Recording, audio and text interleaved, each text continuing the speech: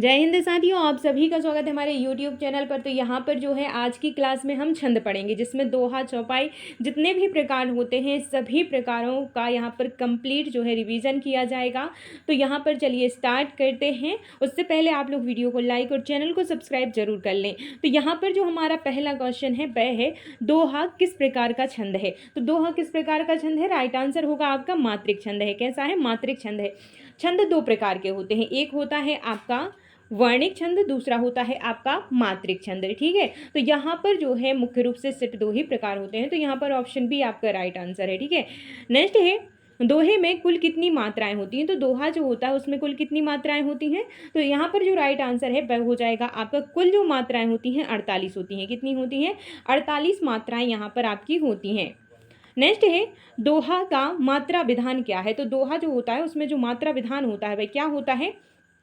तो यहाँ पर जो है 13 11 13 11, यहाँ पर जो है आपका 13 11 की यति से जो यहाँ पर आपका हो जाएगा। प्रथम चरण में 13 मात्राएं, द्वितीय में 11, तृतीय में 13 और चतुर्थ में फिर 11 मात्राएं। इसी प्रकार से 13 11 13 11 जो है ऑप्शन नंबर बी आपका यहाँ पर करेक्ट आंसर हो जाएगा। नेक्स्ट है दोहा के प्रथम चरण में कितनी मात्राएं होती हैं। तो जो दोहा का प्रथम चरण होता है उसमें कितनी मात्राएं होती हैं। तो करेक्ट आंसर होगा आपका 13 मात्राएं होती हैं। कितनी होती हैं, 13 जो है ऑप्शन सी आपका यहाँ पर करेक्ट आंसर है। नेक्स्ट है दोहे के द्वितीय चरण में कितनी मात्राएं होती हैं। तो जो दोहा का द्वितीय चरण होता है उसमें कितनी मात्राएं होती हैं अभी मैंने बताया था। तो आप लोग हमें कमेंट करके ज़रूर बताना। ठीक है, नेक्स्ट क्वेश्चन है दोहे के विषम चरण में कितनी मात्राएं होती हैं। तो जो दोहा का विषम चरण होता है उसमें कितनी मात्राएं होती हैं। विषम चरण कौन सा है ये आपसे पूछा गया है। ठीक है, तो विषम चरण कौन सा है, तो वह है आपका 1 और 3 जो है उसका विषम चरण है, और सम कौन सा हो जाएगा, 2 और 4 हो जाएगा। ठीक है, तो यहाँ पर विषम आपसे पूछा गया है तो ऑप्शन ए आपका राइट आंसर होगा। नेक्स्ट है दोहे के सम चरण कौन से हैं। तो दोहे के जो सम चरण है हमने अभी बताया है 2 और 4 है, तो ऑप्शन बी यहाँ पर करेक्ट होगा। नेक्स्ट है दोहे में कुल कितने चरण होते हैं। तो दोहे में जो कुल चरण होते हैं वह होते हैं आपके 4 चरण होते हैं। कितने होते हैं, 4 चरण होते हैं।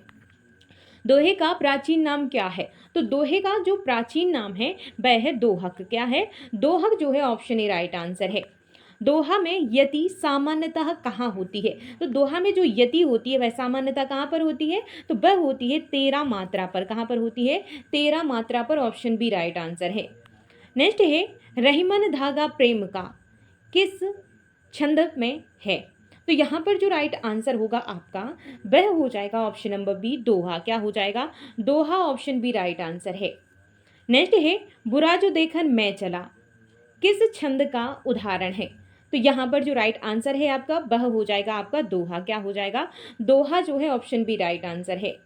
नेक्स्ट क्वेश्चन है कबीर के अधिकांश उपदेश किस छंद में मिलते हैं। तो यहाँ पर राइट आंसर होगा आपका ऑप्शन नंबर सी दोहा। क्या हो जाएगा, दोहा जो है ऑप्शन सी आपका करेक्ट आंसर है। नेक्स्ट है बिहारी सतसई मुख्यतः किस छंद में रची गई है। तो राइट आंसर है आपका यहाँ पर दोहा। क्या हो जाएगा, दोहा। ऑप्शन सी करेक्ट आंसर है। नेक्स्ट है दोहा में कुल 2 पंक्तियां होती हैं, प्रत्येक पंक्ति में कितने चरण होते हैं।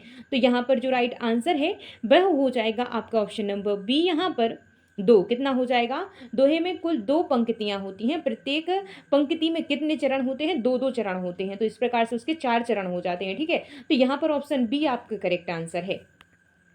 सोरठा छंद में मात्रा विधान क्या है। तो सोरठा में उसका उल्टा होता है। वहां पर क्या था आपका, वहां पर था आपका 13 11 का, लेकिन यहाँ पर 11 13 का है। इसका जस्ट उल्टा हो जाता है। दोहे का उल्टा क्या होता है, सोरठा यहाँ पर होता है। तो यहाँ पर 11 13 11 13 यहाँ पर मात्राओं का विधान होता है। तो ऑप्शन बी आपका राइट आंसर है। सोरठा किसका उल्टा होता है। तो अभी मैंने बताया किसका उल्टा होता है। तो आप लोग कमेंट कीजिएगा कि अगर आपने ध्यान दिया होगा तो आप जरूर इसका आंसर कर पाएंगे। नेक्स्ट क्वेश्चन है सोरठा में प्रथम चरण में कितनी मात्राएं होती हैं। तो जो सोरठा होता है उसके प्रथम चरण में कितनी मात्राएं होती हैं।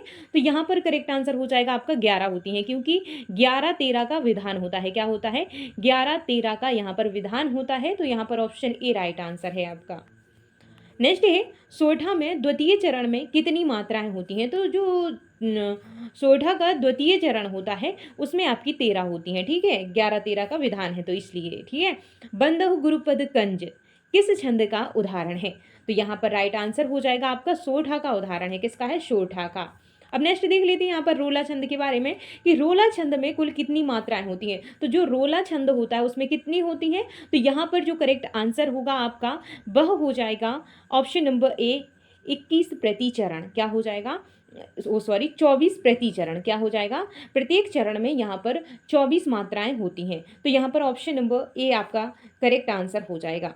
नेक्स्ट है रोला छंद किस प्रकार का छंद है। तो जो रोला छंद है वह किस प्रकार का छंद है, तो भाई एक मात्रिक छंद है। कैसा है, वह एक मात्रिक छंद है। तो यहाँ पर ऑप्शन बी आपका राइट आंसर होगा। नेक्स्ट है चौपाई छंद में प्रत्येक चरण में कितनी मात्राएं होती हैं। तो जो चौपाई छंद होता है उसके प्रत्येक चरण में जो मात्राएं होती हैं वह कितनी होती हैं, तो 16 मात्राएं होती हैं। तो यहाँ पर ऑप्शन सी आपका करेक्ट आंसर है। नेक्स्ट क्वेश्चन है आपका चौपाई छंद में कुल कितने चरण होते हैं। तो जो चौपाई छंद होता है उसमें कुल कितने चरण होते हैं, तो करेक्ट आंसर होगा आपका यहाँ पर 4 चरण होते हैं। कुल कितने चरण, तो 4 चरण होते हैं। ऑप्शन सी करेक्ट आंसर है। रामचरितमानस का मुख्य छंद कौन सा है। तो रामचरितमानस का जो मुख्य छंद है वह कौन सा है, तो करेक्ट आंसर हो जाएगा आपका यहाँ पर ऑप्शन नंबर बी चौपाई। क्या हो जाएगा, चौपाई आपका यहाँ पर करेक्ट आंसर है। नेक्स्ट क्वेश्चन है चौपाई में कुल मात्राएं कितनी होती हैं। तो यहाँ पर जो करेक्ट आंसर है आपका वह हो जाएगा ऑप्शन नंबर सी 64 मात्राएं होती हैं। कितनी होती हैं, 64 मात्राएं। कुल मात्राएं आपसे पूछा जा रहा है तो यहाँ पर 64 आपका करेक्ट आंसर हो जाएगा।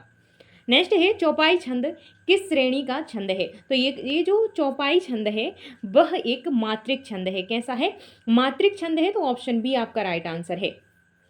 नेक्स्ट है दोहा और सोठा में मुख्य अंतर क्या है। तो दोहा और सोठा में जो मुख्य अंतर है वह हो जाएगा आपका यहाँ पर मात्रा विधान का। किसका अंतर होता है, मात्रा विधान का। Option number B right answer है। नेक्स्ट है दोहा का मात्रा विधान क्या है। तो आपको हम पिछले क्वेश्चंस में बता चुके हैं, तो आप लोग कमेंट करना, ठीक है। और ये जो सोठा का मात्रा विधान है यह भी आपको पता है, तो इसका आंसर भी आप लोग कमेंट करना। नेक्स्ट है हरितालिका छंद में प्रत्येक चरण में कितनी मात्राएं होती हैं। तो दोस्तों जो हरितालिका छंद होता है उसमें प्रत्येक चरण में कितनी मात्राएं होती हैं, तो आपका जो करेक्ट आंसर है वह हो जाएगा 28 होती हैं। क्या होती हैं, प्रत्येक चरण में 28 मात्राएं होती हैं। तो यहाँ पर ऑप्शन नंबर सी आपका करेक्ट आंसर है। नेक्स्ट क्वेश्चन है गीतिका छंद में प्रत्येक चरण में कितनी मात्राएं होती हैं। तो यहाँ पर जो गीतिका छंद होता है उसके प्रत्येक चरण में कितनी मात्राएं होती हैं, करेक्ट आंसर है आपका यहाँ पर 26 मात्राएं होती हैं। कितनी होती हैं, 26। Option number B right answer है। नेक्स्ट है उल्लाला छंद में प्रत्येक चरण में कितनी मात्राएं होती हैं। तो उल्लाला जो छंद होता है उसके प्रत्येक चरण में कितनी मात्राएं होती हैं, तो यहाँ पर जो करेक्ट आंसर है ऑप्शन नंबर सी हो जाएगा 28। कितनी होती है, 28 जो है ऑप्शन सी करेक्ट आंसर है। नेक्स्ट है छप्पय छंद किन दो छंदों के योग से बनता है। तो जो छप्पय छंद है वह किन दो छंदों के योग से बनता है, तो करेक्ट आंसर हो जाएगा आपका यहाँ पर ऑप्शन नंबर बी रोला प्लस उल्लाला। क्या होता है, रोला प्लस उल्लाला को मिला दिया जाता है तो छप्पय छंद का निर्माण होता है। तो यहाँ पर ऑप्शन नंबर बी आपका यहाँ पर करेक्ट आंसर है, ठीक है। नेक्स्ट है छप्पय में कुल कितने चरण होते हैं। तो जो छप्पय है उसमें कितने चरण होते हैं, तो करेक्ट आंसर होगा आपका यहाँ पर 6 चरण होते हैं। कितने होते हैं, 6 चरण होते हैं। तो यहाँ पर ऑप्शन नंबर सी आपका यहाँ पर करेक्ट आंसर हो जाएगा। नेक्स्ट क्वेश्चन है कुंडलियां छंद का आरंभ किस छंद से होता है। तो जो कुंडलियां छंद होती हैं उनका जो आरंभ होता है किस छंद से होता है, तो करेक्ट आंसर हो जाएगा आपका दोहा से। किससे होता है, दोहा से होता है। तो ऑप्शन बी राइट आंसर है। नेक्स्ट है कुंडलियों में दोहे के बाद कौन सा छंद आता है। तो दोहे के बाद में कुंडलियों में कौन सा छंद आता है, तो वह आता है आपका रोला। क्या आता है, रोला। तो यहाँ पर दोहा प्लस रोला जहाँ पर होता है वहाँ पर कुंडलियाँ यहाँ पर का निर्माण होता है। तो यहाँ पर ऑप्शन नंबर ए आपका यहाँ पर करेक्ट आंसर है, ठीक है। नेक्स्ट क्वेश्चन है कुंडलियों में कुल कितने चरण होते हैं। तो जो कुंडलियां होती हैं उनमें कुल कितने चरण होते हैं, तो उनमें होते हैं 6 चरण। कितने होते हैं, 6 चरण होते हैं। तो ऑप्शन सी आपका यहाँ पर राइट आंसर होगा। नेक्स्ट है छंद शास्त्र में मात्रा का संबंध किससे है।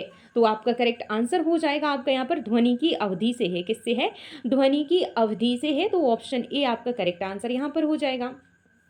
नेक्स्ट आपका क्वेश्चन है ह्रास स्वर की मात्रा कितनी मानी जाती है। यानी कि जो छोटा स्वर होता है उसकी जो मात्राएं होती हैं वह कितनी गिनी जाती हैं, तो छोटे की जो मात्राएं गिनी जाती हैं 1 गिनी जाती है, और जो बड़ा यानी कि दीर्घ स्वर होता है उसकी 2 मानी जाती हैं। ठीक है, तो यहाँ पर 1 यहाँ पर ह्रास स्वर की मानी जाती है, और दीर्घ स्वर की जो मात्राएं मानी जाती हैं हमने आपको अभी बताया है 2 मानी जाती हैं। क्या मानी जाती हैं? 2 मानी जाती हैं। जैसे कि आप यहाँ पर देख सकते हैं निम्न में से कौन सा ह्रास स्वर है, यानी कि छोटा स्वर कौन सा है, तो आप यहाँ पर देख सकते हैं ऊ जो है छोटा स्वर है, बाकी बड़ा स्वर है, बड़ी ई भी बड़ा स्वर है, और औ भी बड़ा स्वर है। तो यहाँ पर इनकी जो मात्राएं गिनी जाएंगी, दो मात्राएं गिनी जाएंगी जिनको एस से दर्शाया जाता है, बाकी ऊ छोटा ऊ जो है उसकी जो मात्रा है 1 गिनी जाएगी, जिसे आई से दर्शाया जाता है। ठीक है, तो इस प्रकार से मात्राएं गिनी जाती हैं।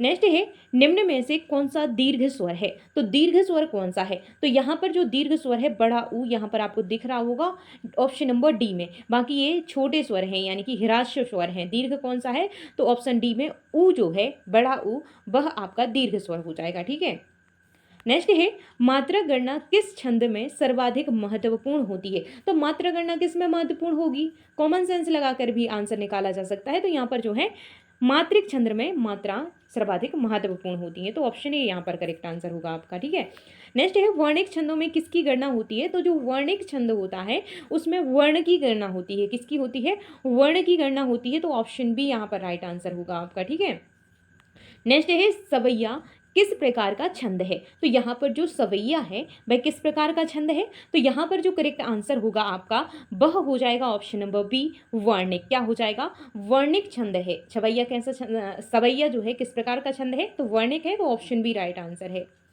नेक्स्ट है कवित्त किस प्रकार का छंद है, तो जो कवित्त छंद है वह किस प्रकार का छंद है, तो यहाँ पर राइट आंसर होगा आपका वर्णिक छंद है। कैसा छंद है, वह एक वर्णिक छंद है, तो ऑप्शन बी राइट आंसर है।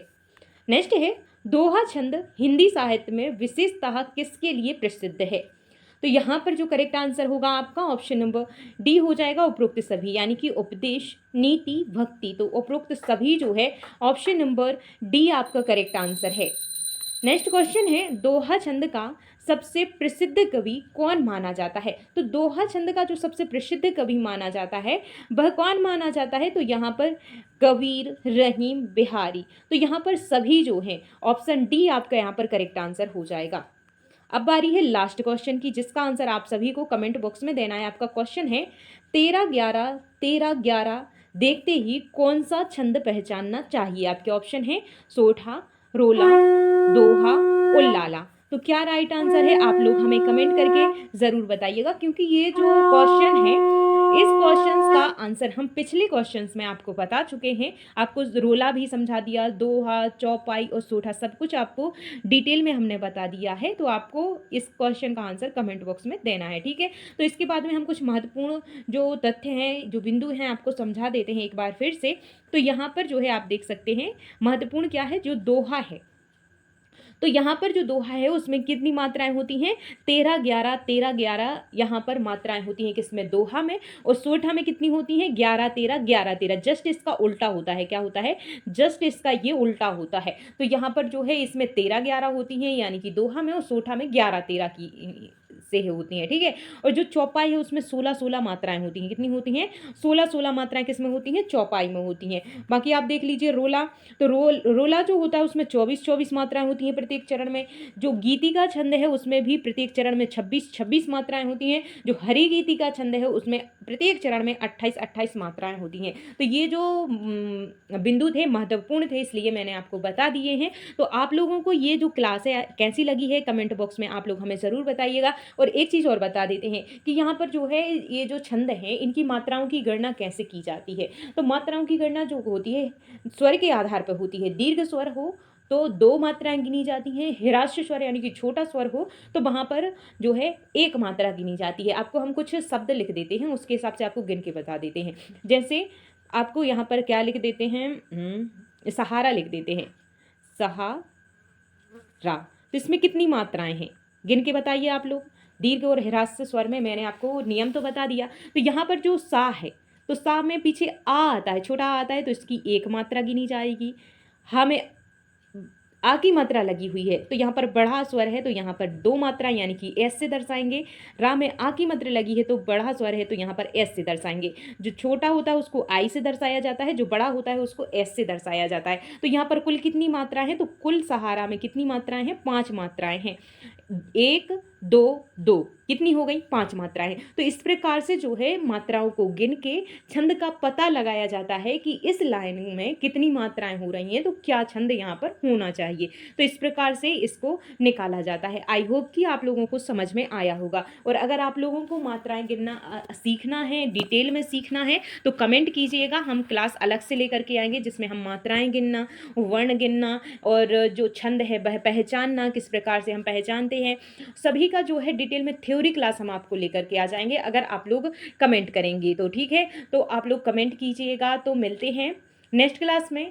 और एक और बात बता देते हैं आपको, एक जानकारी दे देते हैं कि जो रीजनिंग की क्लास हैं बेसिक से एडवांस लेवल तक जो है आपकी क्लासेस स्टार्ट हो चुकी हैं हमारे इसी चैनल पर। तो आप लोग वहाँ से जो है आप ज्वाइन कर सकते हैं। तो वो जो क्लासेस हैं फ्री ऑफ कॉस्ट रहेंगी और सारा का सारा सिलेबस आपका कंप्लीट कराया जाएगा। तो आप लोग वहाँ से उसे ज्वाइन कर सकते हैं। तो अगर एमपीजी के भी आप लोग करना चाहते हैं, उसकी क्लासेस भी स्टार्ट हो गई हैं। तो आप प्लेलिस्ट में जा करके चैनल पर जाइए, प्लेलिस्ट पर जाइए, तो वहाँ पर आपको मिल जाएंगे। मैंने प्लेलिस्ट बना दी है। तो मिलते हैं नेक्स्ट क्लास में, तब तक के लिए जय हिंद, जय Bharat, bye bye, take care.